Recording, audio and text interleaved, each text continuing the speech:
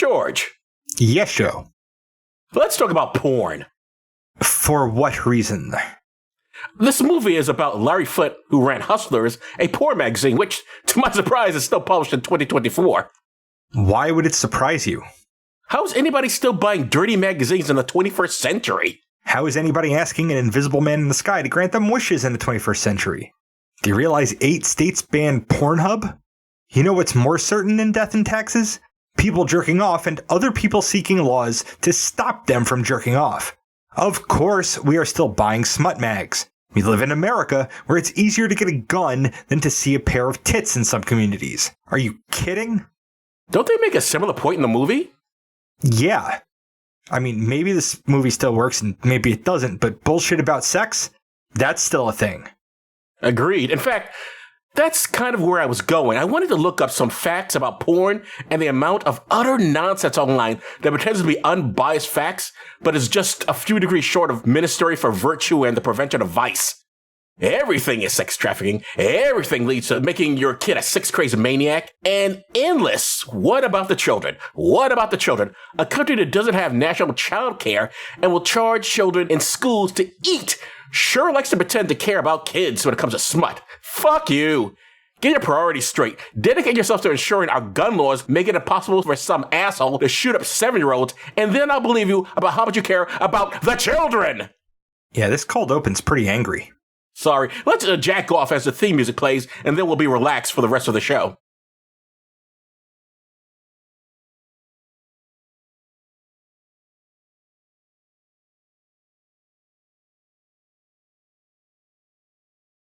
Yeah, okay.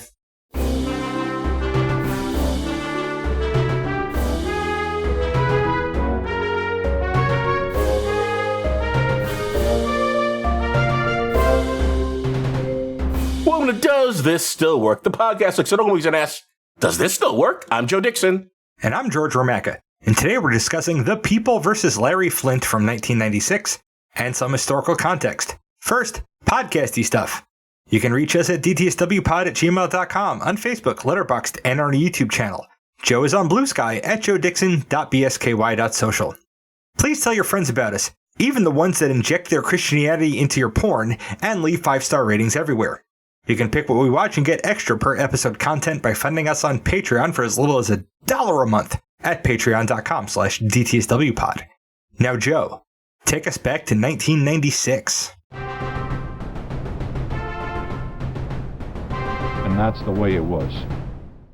This story takes place in several different places: Kentucky, Cincinnati, Georgia, California, and Washington, D.C. Larry Flynt got around, folks, and so will we. According to my research, the largest distributor of pornography in 1996 America was about to cut off its customers. George, read this headline from an editorial in the Winchester Sun from Kentucky. Peddling porn at the PX. This editorial, which can be found in the show notes, supports a defense bill amendment that would ban the sale of pornographic items on military bases. Now, it seems like this wasn't settled back then, because I saw pieces from 2013 covering how the Pentagon has people review what sort of naughty material was allowed to our men and women in uniform.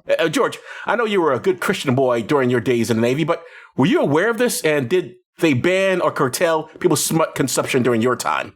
I never bought porn magazines at the exchange. What I did was, on the version of the internet that we had back then, went on porn sites, downloaded pictures, and put them on a CD that I sold for $20 a pop on deployment. Wow. Oh, how very entrepreneurial of you. I've never seen that side of you before. I wasn't very good at it. I made $40. Wow, many guys didn't want to buy it, huh? Yeah, well, yeah, I definitely did get high on my own supply, if you know what I mean. Do you remember what the porn was? No. Was it a girl on girl, or? It was eclectic. Okay. I was aiming for a broad audience. Gotcha. All right, let's go to a Cincinnati newspaper for this next story. George, read this headline from the Cincinnati Post. Cable smut law rejected, but cable operators may ban some shows. Here's a Supreme Court decision that struck down a never-enforced 1992 law restricting children's exposure to indecent programs on cable television. Of course, indecent is an overly broad term and thus violated the First Amendment. Mm-hmm. That's why it was never enforced. I don't know what shows were affected by this because this law never covered HBO or Showtime. I tried looking up what band they could be referring to, but I didn't find anything. But George, you're a dad. Was this an issue for you? Were you afraid your little ones might run across some man-on-woman action? No. By the time I was a father, my religious intolerance for people with other sexual orientations had cooled quite a bit. I was not at all concerned about what they would end up seeing. Okay. And let's move on to Cali. LA Weekly had this story from 1996. Headline, George. 9-inch males. Magna cum laude. Porn style. Someone had a lot of fun writing that headline. I'm sure they did. I will quote, some men spurt, others dribble, some lean to the left, others to starboard. Some guys shave their balls, others, the reader will get the idea. In the world of gay porno films, all men are most decidedly not created equal, nor endowed by their creator, etc., etc. This highly specialized environment is a locus of Ronnie Larson's long-running play about the business Making Porn, a comedy drama that occupies a middle ground somewhere between Susan Faludi's bleak sex actor profile in the October 30th New Yorker and the whimsical boheme presented by Leonard Melfi's silly disco-era sitcom Porno Stars at Home. Although Larson doesn't seem to always know what kind of story he's telling, in its best moments, Making Porn becomes a lesson about greed and how its corrosion of our noble instincts make it a truly deadly sin. End quote. George, I'm going to assume you, like me, have never heard of half the stuff mentioned in that paragraph? Less than half of it. Okay, so let's go over a little bit of it. So I looked it up, and listener, you can do further research if you like, but briefly, this is what I found. Making Porn was a play about the 1980s gay porn industry by Ronnie Larson. It played here in New York at the Actors Playhouse in Greenwich Village for 500 performances. Besides New York and LA, the play has also been performed in Palm Springs, Chicago, Italy, Australia, and Canada. The gimmick of the work is that it had real porn stars in it. However, I don't know if they were in each other while they were on stage. Susan Faludi's article in The New Yorker was about the suicide of male porn star Kyle Jammer. It's behind a paywall, but I did provide a link in the show notes. And Leonard Melfi's Porn Stars at Home was another comedy drama for the last century. It was a porn actor's home life, but I think it was played as a joke. Don't know, never read it, never seen it. Hope that was helpful to everyone. Okay, George, tell us about The People vs. Larry Flynt. All right. This was directed by Milos Forman. For the show, we've seen his work in One Flew Over the Cuckoo's Nest and Amadeus. And I've seen his work in Man on the Moon. This is written by Scott Alexander. Who wrote Dolomite is My Name, believe it or not. And I've seen his work in Problem Child. This was also written by Larry Karaszewski, whose work I also saw in Problem Child. Blurbs. IMDb says, the story of controversial pornography publisher Larry Flynt and how he became a defender of free speech. Okay. Amazon says, Larry Flynt becomes an unlikely hero when he takes his struggle against the radical religious right all the way to the Supreme Court. Woody Harrelson and Courtney Love star. Okay. I think IMDb hits it closer. Yeah. I wouldn't call him an unlikely hero. He doesn't actually make the arguments, and he gets in the way of the making of the arguments quite a bit. Yeah, he's not a hero at all. He's kind of an anti-hero. He works against his own cause by being who he is and doing the things he does. But yeah, just being a complete dick. Yeah. So, the film starts in rural Kentucky. 10-year-old Larry Flynt and his slightly younger brother Jimmy are selling moonshine to their neighbors in the hills. Their family is poor and their father a drunk. Larry breaks a jug over his father's head for drinking their profit margins. Larry Flynt is played by Woody Harrelson, who we've seen on the show in Indecent Proposal, White Man Can't Jump, and Anger Management. Both George and I have seen him in Austin Powers, The Spy Who Shagged Me. And I've seen him in Natural Born Killers, 3 Billboards Outside of Ebbing, Missouri, True Detective, the miniseries, No Country for Old Men, Wag the Dog, Kingpin, Money Train, and Venom. I've seen him in 2 Zombieland movies, a bunch of Hunger Game movies, and 1 Star Wars movie. All right. And Jimmy Flynn is played by Brett Harrelson, who I've seen in Kingpin, and I didn't realize was, in fact, Woody Harrelson's brother. They don't look that much alike to me. Nope. Fast forward to the early 70s, and the Flynt brothers are running a strip club in Cincinnati. Larry gets an idea to publish a newsletter of sorts to drum up business. Jimmy is skeptical, and rightfully so. That newsletter, Hustler, quickly becomes a full-fledged porno magazine with articles for people to ignore and all. Do you know what made, I mean, I guess they sort of mentioned it in the film, but the thing that made Hustler stand out from maybe I guess they competed with Penthouse on this, but they were the first one to show the term, I believe they called it pink. That is, they showed the VJJ, unlike Playboy. Yeah, Playboy was top only. Yeah. As Hustler is getting off the ground, a new stripper comes to work for him and catches his eye. Althea Lesher isn't quite legal yet, but that doesn't stop them from canoodling. You are not the only person in this club to have had every single woman in this club. Althea Leisure Flynt is played by Courtney Love, who I've seen in Sid and Nancy and Man on the Moon. That's interesting. Whatever did happen to Courtney Love? She doesn't seem to be acting anymore. Yeah, I don't know, Joe. That was a more rhetorical question. I didn't think you actually had the answer. Okay. Well, these two become an item right quick. Now, sales are slow, and that stress leads to the first and only time Larry puts his hands on Althea if this movie is to be believed. We can blame it on that stress and see him never do that again because immediately afterwards they get a call from an Italian guy who's got pictures of former First Lady Jackie Kennedy Onassis. In various forms of undress. Uh-huh. Apparently she was sunbathing on Aristotle Onassis. I think that's his name, his boat or something. And, she was outdoors, so it wasn't illegal. And they took snapshots of it. Mm-hmm. You can't be naked in public, folks, and expect privacy. Nope. When the governor of Ohio is buying your magazine, you know you've made it. Hustler makes Larry a millionaire and puts him in the crosshairs of groups like Citizens for Decent Literature and the like, who start looking for ways to legislate smut out of existence. Look, this movie, obviously very condensed, but it's hard to believe he just goes from, okay, I'm selling this Onassis stuff to now I'm a millionaire. I'm sure there's a lot more steps before that happened. Yeah, but it was already a 2-hour movie, so. Yes, yeah. See, to be fair, yeah. To celebrate, Larry throws a red, white, and blue party and even invites his folks to stay at his mansion. In the hot tub, after a menage a trois, he and Althea clear up that marriage doesn't have to mean monogamy and get engaged. Oh, you must have loved that scene. Yeah. Oh, they're speaking my language. You done? I guess so, yeah. A magazine brainstorming session is interrupted before Althea can finish fleshing out her idea of a Wizard of Oz-themed spread. You're under arrest on charges of pandering obscenity in Cincinnati and engaging in organized crime. Organized. Uh-oh. Uh-oh. That organized crime reference is very interesting. Considering the background of the actor playing Larry Flynt. Not that he was in the mob whatsoever. Woody Harrelson was not a mobster, but his daddy was. Mm-hmm. His dad was apparently a hitman.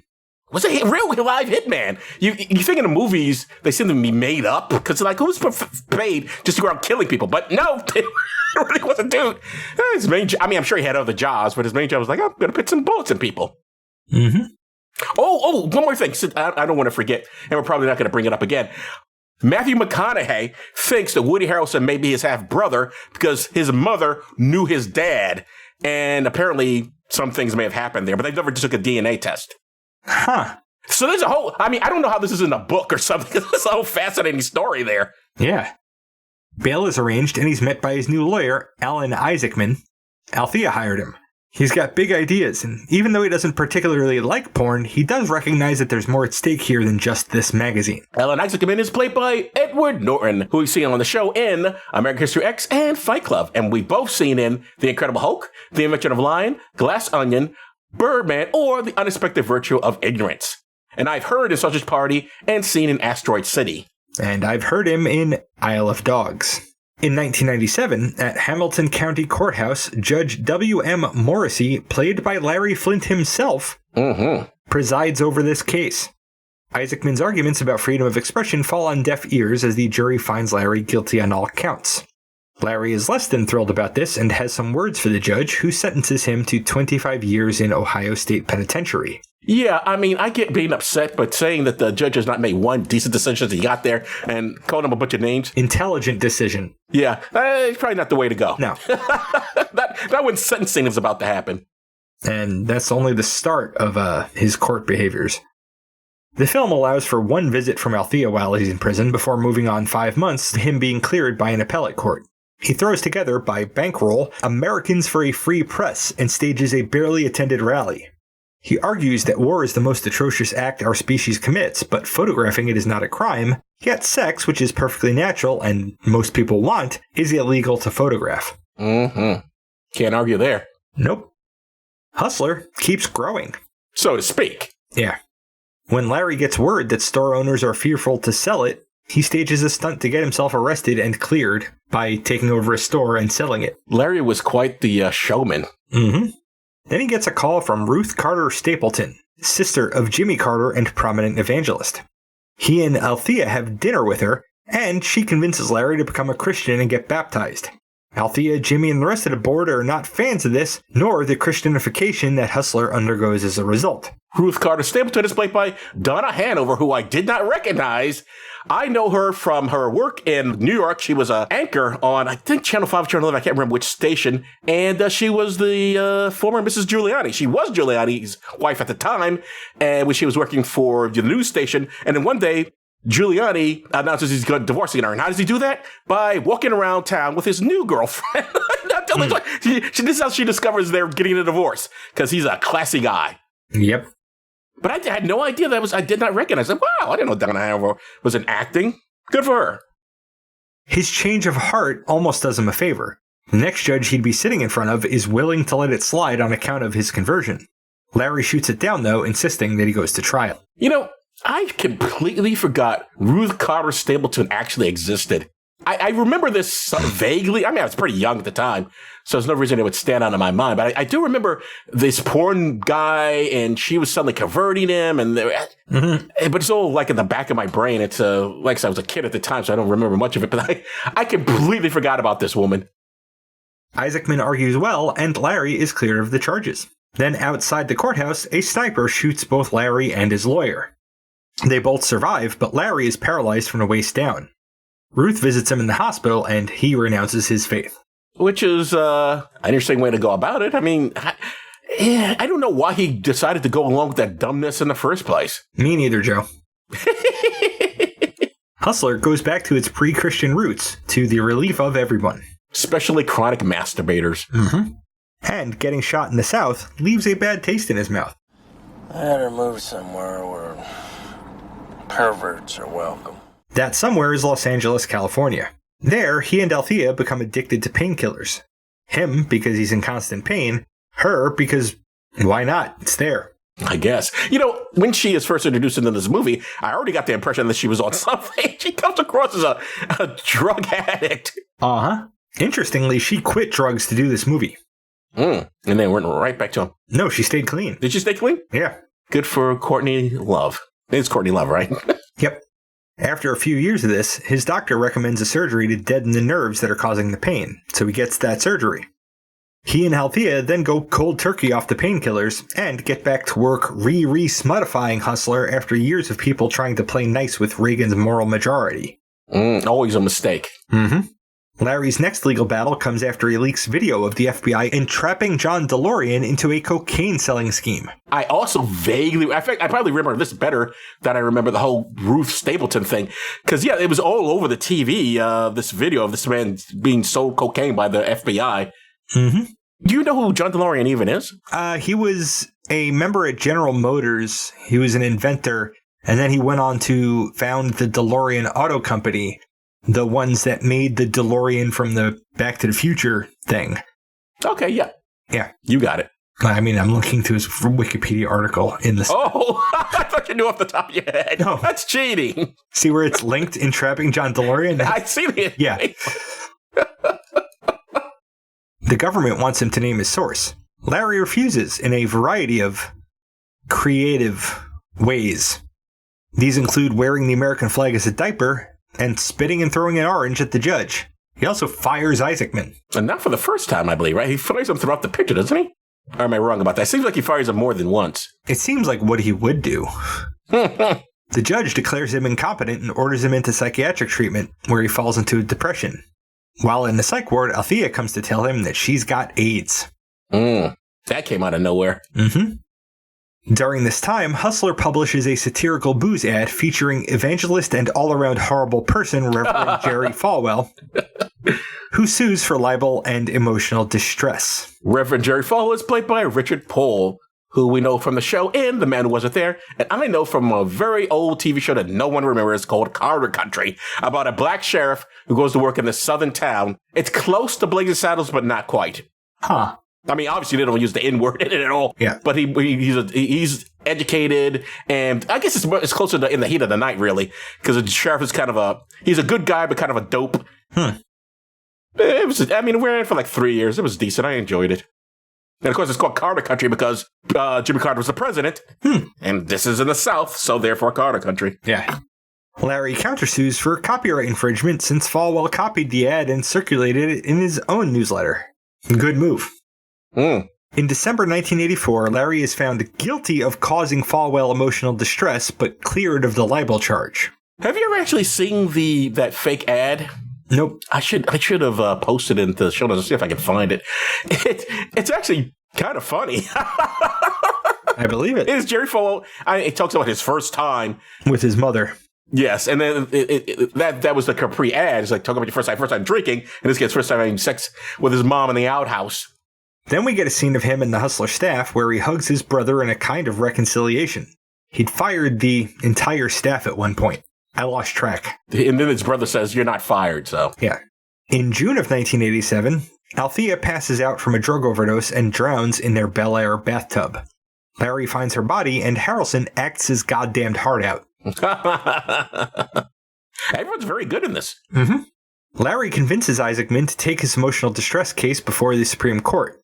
From IMDb trivia, the closing argument by Edward Norton was taken verbatim from Alan L. Isaacman's closing arguments.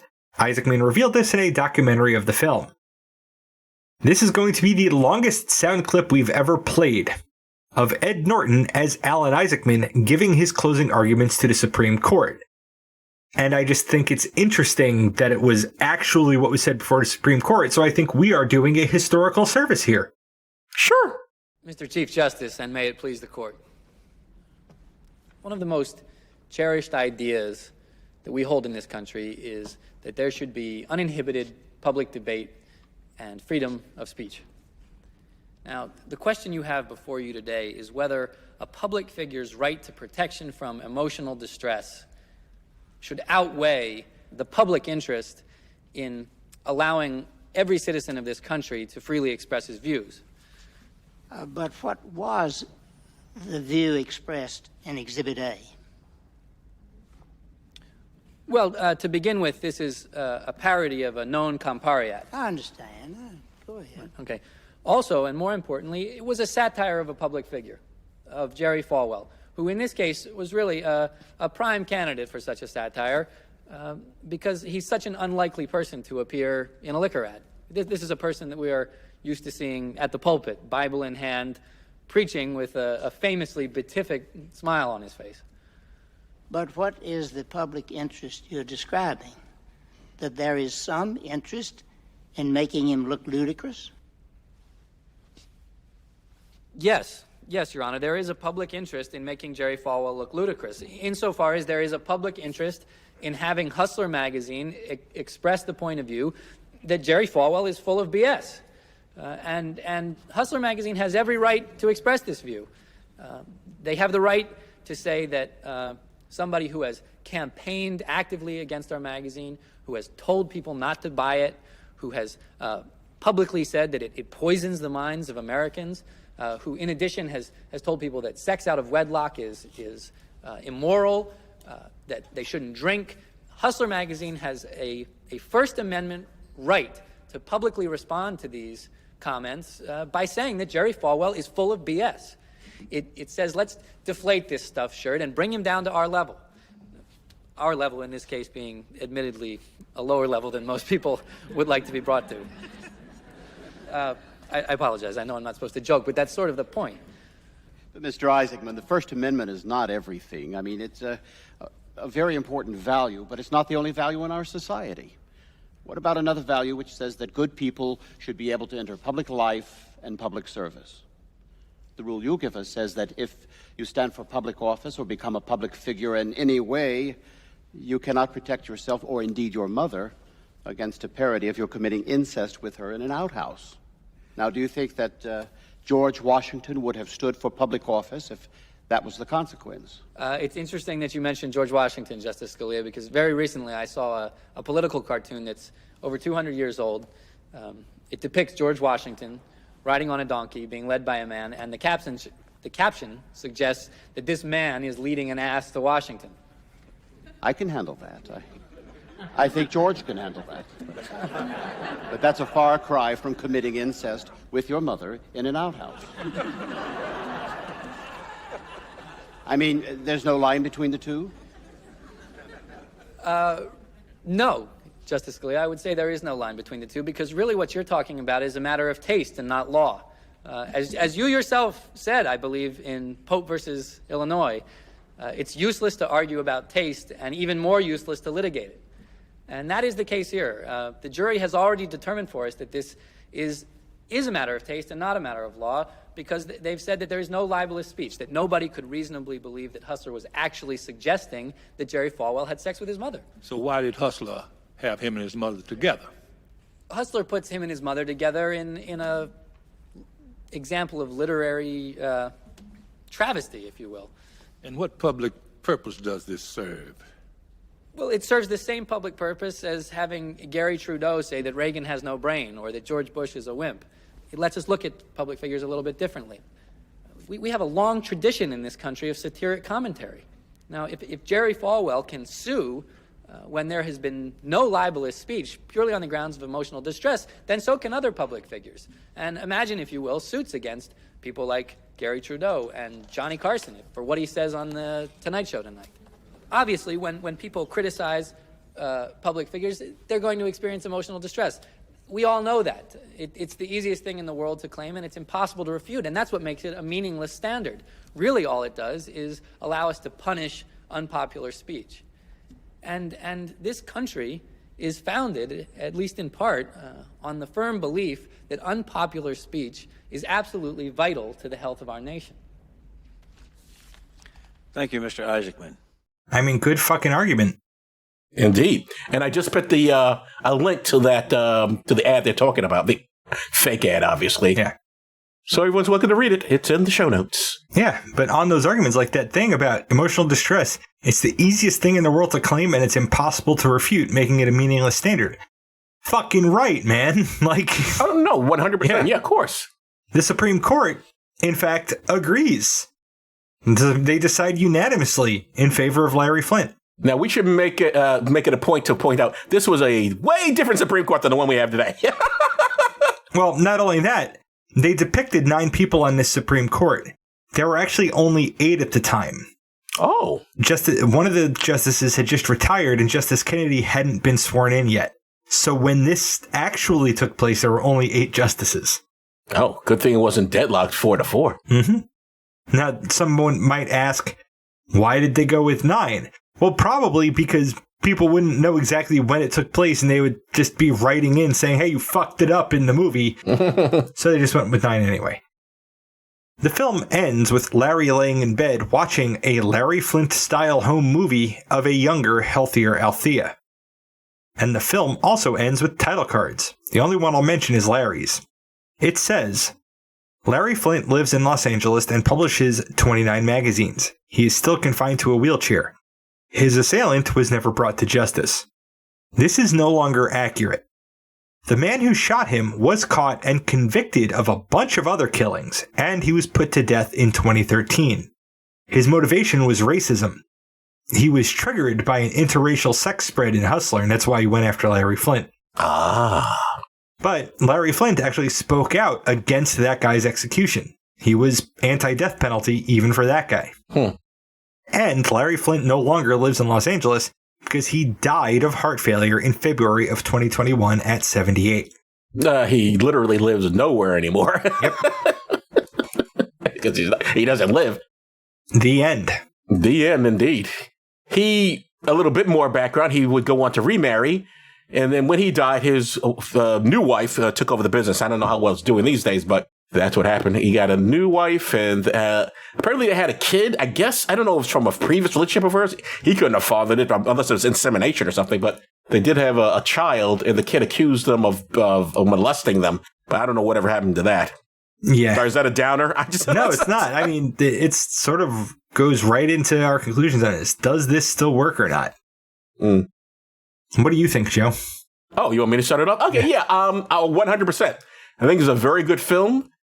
Like I said, it's very streamlined, but yeah, I mean, how much longer? I didn't want to watch a 3-hour movie about Larry Flynt, so this is fine. Yeah. But the acting was very good. I think God knows the issues presented are still a thing in this dumb country. So yeah, I think it still works. Yeah. I'm inclined to agree with that. This movie was way less raunchy than I thought it was going to be. Yeah, isn't that amazing? It's very chaste. For a movie about this particular guy and magazine, I thought it was going to be way more exploitive, but it wasn't. Like, it was surprisingly tasteful. Some of the language wasn't, but whatever. Like, it worked. And no, you don't have to go into every nitty-gritty, dirty detail. It didn't make him out to be a perfect human being either. He was an asshole and a weirdo. And it did a good job of portraying that. But yeah, the stuff about him and his kids, like, that's kind of gross, but wasn't necessarily germane to this story. Oh, no, and it all happened after this, the event of the story, so of course, yeah, it wouldn't be in this way. I just brought it up because I knew that. But yeah, you don't go into this thinking you're going to be pals with Larry Flynt. He was a scumbag and a douchebag, although, you know, the people he went after, like Jerry Falwell, were even bigger douchebags, so what are you going to do? Mm-hmm. The creepazoid that Larry Flynt may have been. Jerry Falwell, I consider way worse. Always. Jerry Falwell is always worse. Well, this was a Patron's Choice episode, and the poll for next one's film is already up on Patreon. The choices are Ruthless People from 1986, Horrible Bosses from 2011, and The Evil Dead from 1983. Which I feel like we may have already said in a different episode. Like, I think when it was going into this Patron's Choice, we read those lists off because I fucked it up somehow. I felt like I certainly did Ruthless People before. Yeah. So, well, anyway. We mean it this time. Yes, we mean it this time. If you want to vote but are not a patron, you can fix that by becoming one at patreon.com/DTSWpod. Now, George, what's up next? Next week, we'll be talking about Sisterhood of the Traveling Pants from 2005. By pants, we mean actual jeans and not Levi's. Not underwear, like they believe in, what they call pants in the UK. Okay, then. There's a bit of trivia for you out there, folks. Mm-hmm. As we wrap up the show. So I guess that's it for this episode. I'm Joe Dixon. Thanks for listening. And I'm George Romaka. Thanks for listening indeed, because if a podcast drops and there's no one around to hear it, it's just another collection of ones and zeros that doesn't matter. Larry? Yeah. Take off your pants. What? Take off your pants. Why?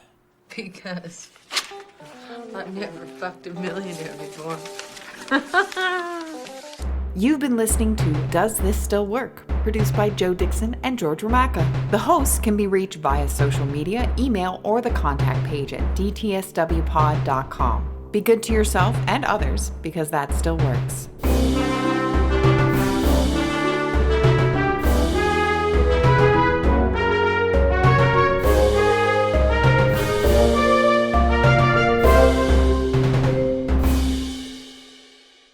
You gotta not write yourself run-on sentences.